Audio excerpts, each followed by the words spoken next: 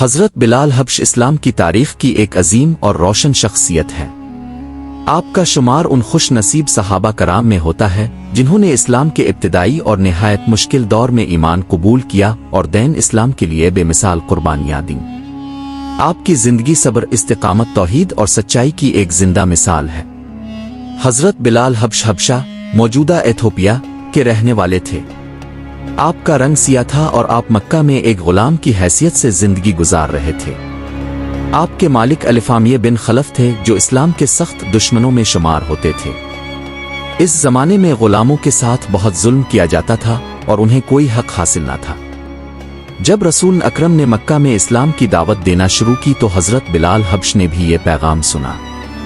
آپ نے جب اللہ کی وحدانیت، رسول اللہ کی سچائی اور اسلام کی تعلیمات کو سنا تو آپ کا دل اس نور ایمان سے بھر گیا۔ حضرت بلال نے بغیر کسی خوف کے اسلام قبول کر لیا، لیکن جیسے ہی الفامیہ بن خلف کو معلوم ہوا کہ حضرت بلال مسلمان ہو گئے ہیں، اس نے آپ پر ظلم و ستم کے پہاڑ توڑ دیے۔ الفامیہ بن خلف حضرت بلال کو مکہ کی تپتی ہوئی ریت پر لٹا دیتا، آپ کے سینے پر بھاری پتھر رکھ دیتا اور سخت دھوپ میں آپ کو مارا پیٹا جاتا۔ اس ظلم کا مقصد یہ تھا کہ حضرت بلال اسلام چھوڑ دیں، لیکن ان تمام تکلیفوں کے باوجود حضرت بلال کی زبان پر صرف ایک ہی لفظ ہوتا تھا، احد احد، یعنی اللہ ایک ہے، اللہ ایک ہے۔ یہ منظر دیکھ کر کفار حیران رہ جاتے تھے کہ اتنا کمزور غلام اتنی سخت اذیتیں برداشت کر رہا ہے مگر اپنے ایمان سے پیچھے نہیں ہٹ رہا۔ حضرت بلال کا صبر اور اللہ پر بھروسہ بے مثال۔ حضرت بلال کی زندگی کا ایک اور اہم مرحلہ ہجرت مدینہ ہے۔ جب رسول اللہ نے مکہ سے مدینہ کی طرف ہجرت فرمائی تو حضرت بلال بھی رسول اللہ کے ساتھ گئے۔ مدینہ میں مسلمانوں کو امن اور آزادی ملی، لیکن حضرت بلال کی زندگی کی اصل کامیابی یہ تھی کہ اب وہ بغیر خوف کے اللہ کی عبادت کر سکتے تھے اور دین اسلام کی خدمت کر سکتے تھے۔ مدینہ میں حضرت بلال کا سب سے اہم کام مؤذن کی حیثیت سے تھا۔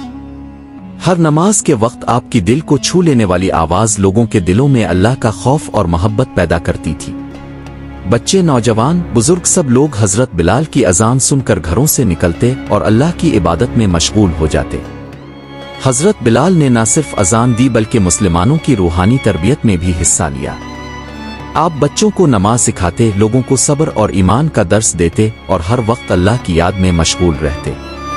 یہ وہی حضرت بلال تھے جنہوں نے مکہ کی سخت گرمی اور اذیتیں برداشت کی تھیں اور اب وہ اسلام کی روشنی پھیلانے والے ایک اہم ستون بن چکے تھے۔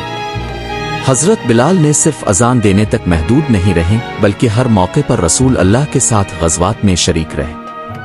غزوہ بدر میں آپ نے شجاعت اور قربانی کا مظاہرہ کیا۔ غزوہ الفاہد میں زخمی ہونے کے باوجود ہمت نہ ہاری۔ غزوہ خندق میں اپنی جان کی پرواہ کیے بغیر اسلام کی خاطر لڑتے رہے۔ ان تمام جنگوں میں حضرت بلال کی قربانی اور حوصلہ مسلمان فوج کے لیے حوصلہ افزا تھا۔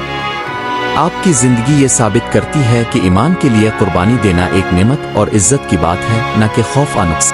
فتح مکہ کے بعد حضرت بلال کی زندگی ایک نئی روحانی بلندی پر پہنچ گئی۔ آپ نے اپنی زندگی کے باقی دن اسلام کی خدمت اور عبادت میں گزارے۔ رسول اللہ کے ساتھ رہ کر آپ نے مسلمانوں کو صبر، استقامت اور اللہ کے عشق کا درس دیا۔ حضرت بلال نے دنیا کی سختیاں جھیلیں مگر ایمان کو مضبوط رکھا۔ اللہ کی وحدانیت پر ایمان۔ آپ کی زبان ہمیشہ احد احد کہتی رہی، جو اللہ کی یکتائی کی علامت ہے۔ دین کی خدمت۔ آزادی کے بعد بھی حضرت بلال نے ہر موقع پر اسلام کی خدمت جاری رکھی۔ برابری اور انصاف۔ غلامی سے لے کر مدینہ کے معزز مؤذن تک حضرت بلال نے یہ ثابت کیا کہ اللہ کے نزدیک سب برابر ہیں۔ عزت ایمان سے ملتی ہے، نہ کہ دنیاوی حیثیت سے۔ حضرت بلال حبش کی زندگی آج بھی ہر مسلمان کے لیے مشعل راہ ہے۔ وہ ہمیں یہ سکھاتے ہیں کہ اللہ پر بھروسہ اور ایمان کی راہ میں ثابت قدمی زندگی کی سب سے بڑی کامیابی ہے۔ اگر ہم حضرت بلال کی زندگی سے سبق لیں تو ہم دنیا کی ہر مشکل میں اللہ کی مدد سے کامیاب ہو سکتے ہیں۔ آخرکار حضرت ابو بکر صدیق کو حضرت بلال کی حالت کا علم ہوا۔ آپ نے فوراً الفامیہ بن خلف سے بات کی اور حضرت بلال کو خرید کر آزاد کر دیا۔ اس طرح حضرت بلال حبش غلامی سے آزاد ہو گئے اور آزادی کے بعد بھی آپ نے اپنی پوری زندگی اسلام کی خدمت میں گزار دی۔ مدینہ منورہ ہجرت کے بعد رسول اللہ نے حضرت بلال کو اسلام کا پہلا مؤذن مقرر فرمایا۔ یہ ایک بہت بڑا اعزاز تھا۔ حضرت بلال کی آواز میں ایک خاص تاثیر تھی۔ جب آپ اذان دیتے تو مدینہ کی فضا اللہ اکبر کی صدا سے گونج اٹھتی۔ یہ وہی حضرت بلال تھے جنہیں مکہ میں اذیتیں دی جاتی تھیں اور اب وہی کعبہ کی چھت پر کھڑے ہو کر اذان دینے کا شرف حاصل کر رہے تھے۔ فتح مکہ کے موقع پر رسول اللہ نے حضرت بلال کو خانہ کعبہ کی چھت پر چڑھ کر اذان دینے کا حکم دیا۔ یہ منظر اسلام میں مساوات اور بھائی چارے کی سب سے بڑی مثال تھا۔ اسلام نے ثابت کر دیا کہ اللہ کے نزدیک عزت رنگ نسل اعمال سے نہیں بلکہ تقوی سے ہے۔ رسول اللہ کو حضرت بلال سے بہت محبت تھی۔ آپ نے فرمایا کہ میں نے جنت میں حضرت بلال کے قدموں کی آہٹ سنی ہے۔ یہ حضرت بلال کے بلند مقام کی دلیل ہے۔ حضرت بلال حبش کی زندگی ہمیں یہ سبق دیتی ہے کہ سچا ایمان انسان کو ہر آزمائش میں مضبوط رکھتا ہے۔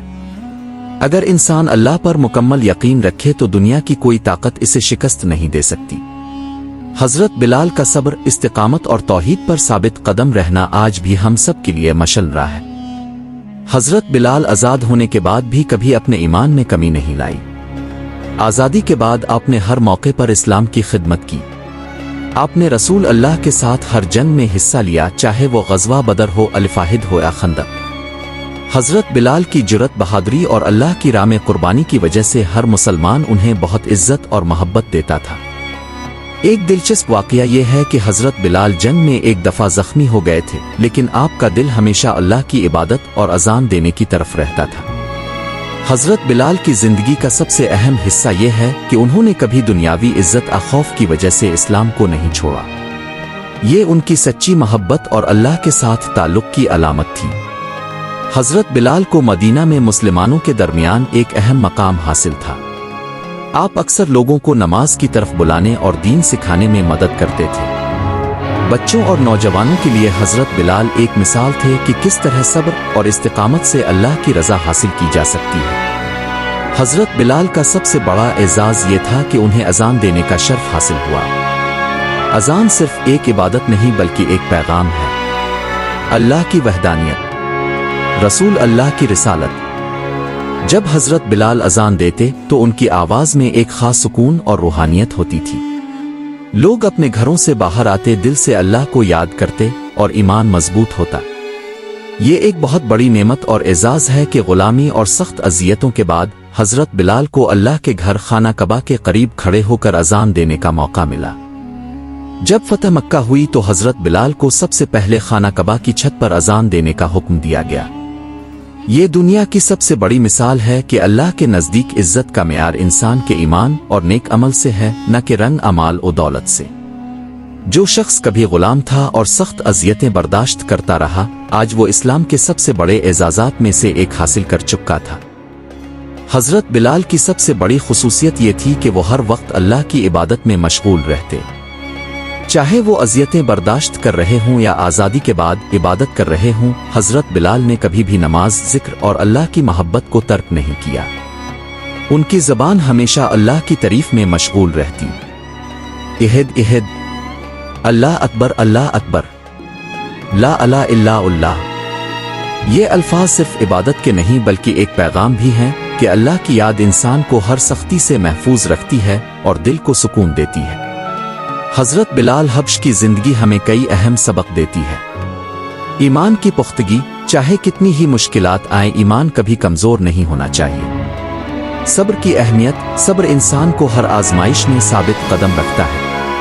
اللہ پر بھروسہ، اللہ کے ساتھ تعلق مضبوط ہو تو دنیا کی کوئی طاقت انسان کو شکست نہیں دے سکتی۔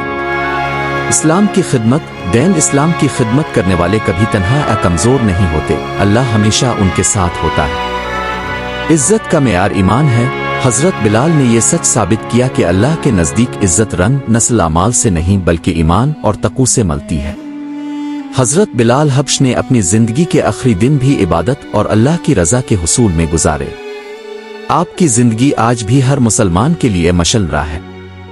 دنیا کی آزمائشیں چاہے کتنی ہی سخت ہوں، سچے ایمان والے ہمیشہ اللہ کی مدد سے کامیاب ہوتے ہیں۔ حضرت بلال کا پیغام آج بھی ہم سب کے لیے: صبر کریں، ایمان پر ثابت قدم رہیں، اللہ کی یاد ہر لمحے کریں، دین کی خدمت کریں۔ اگر ہم یہ سبق اپنی زندگی میں اپنائیں تو حضرت بلال کی طرح ہم بھی اللہ کے نزدیک عزت اور کامیابی حاصل کر سکتے ہیں۔